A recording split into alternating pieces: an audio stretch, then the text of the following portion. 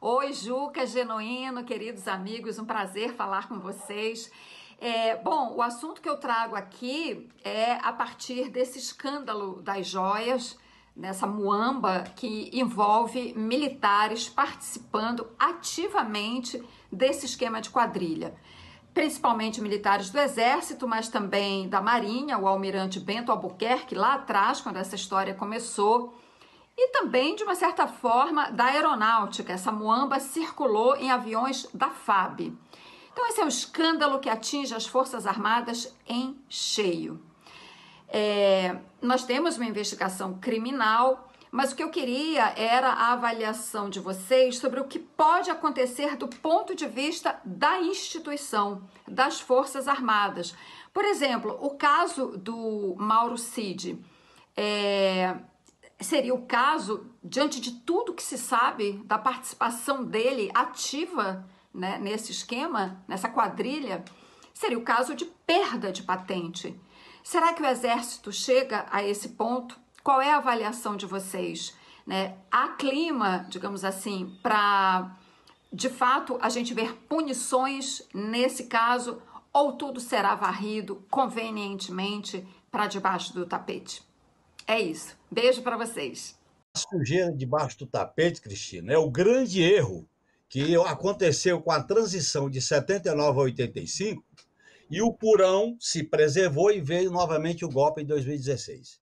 Portanto, tem que sangrar na própria carne. Um ajudante de ordem dentro da estrutura do Exército não ia fazer o que ele fez sem ter o aval de quem o comanda e de quem é comandado. Nós sabemos como essas coisas funcionam. O país teve 700 mil mortes da Covid. Quem era o ministro da Saúde? Um general de 4 estrelas, Pazuello. As manifestações que ocorreram nos acampamentos. Será que a gente não imagina que acampar em frente ao quartel do Ibirapuera, em frente ao Forte Apache, em Brasília, isso acontece sem o aval dos comandantes? Não, não acontece. E os pronunciamentos? E os WhatsApp? E as coisas que aconteceram? Então, eu acho que para separar o joio do trigo, as Forças Armadas têm que sangrar na própria carne. Segundo, separar o joio do trigo e dizer o seguinte: quem defendeu a democracia, quem não participou de conspiração, será promovido, será preservado. Terceiro, vamos viabilizar uma política de defesa nacional, que não é nada disso que foi feito. O Brasil está diante de uma, vamos dizer assim, uma disfuncionalidade em matéria de política de defesa. Você não sabe se o militar é policial, nem se o policial é militar, uma confusão geral nisso aí. Portanto, eu acho que a gente tem que fazer essa ideia de que a gente sempre tem que baixar a cabeça para a tutela militar, que vem desde a República. Este caminho não é o mais adequado. Eu acho que a gente tem que questionar, tem que tensionar, com prudência, mas com firmeza. E eu acho que o ministro da Defesa não é a pessoa mais adequada para conduzir esse processo. E eu acho que nós estamos discutindo uma coisa mais ampla, que é, veja bem, o Lula está desenvolvendo inteligentemente e corretamente uma política externa ativa e altiva. Sul-Sul, está brilhando na África do Sul. Essa política externa multilateral vai ter consequência na defesa.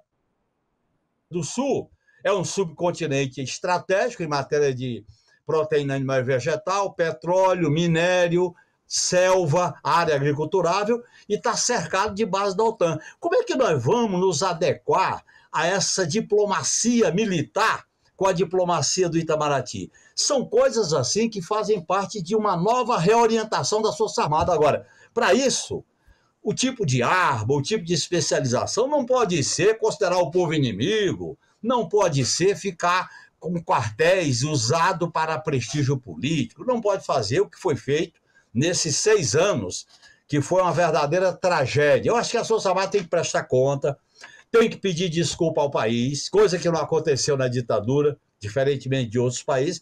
E a correlação de força, Juca, o próprio nome diz, é a correlação de força, é a correlação entre as forças. Você cria, você tensiona. Eu não sou a favor de aventura, mas eu sou favorável a um tensionamento democrático. O ministro do Supremo, que foi presidente do Supremo, diz: as Forças Armadas foram lenientes com o que aconteceu no país. Se elas foram lenientes, Isso tem que ter consequência.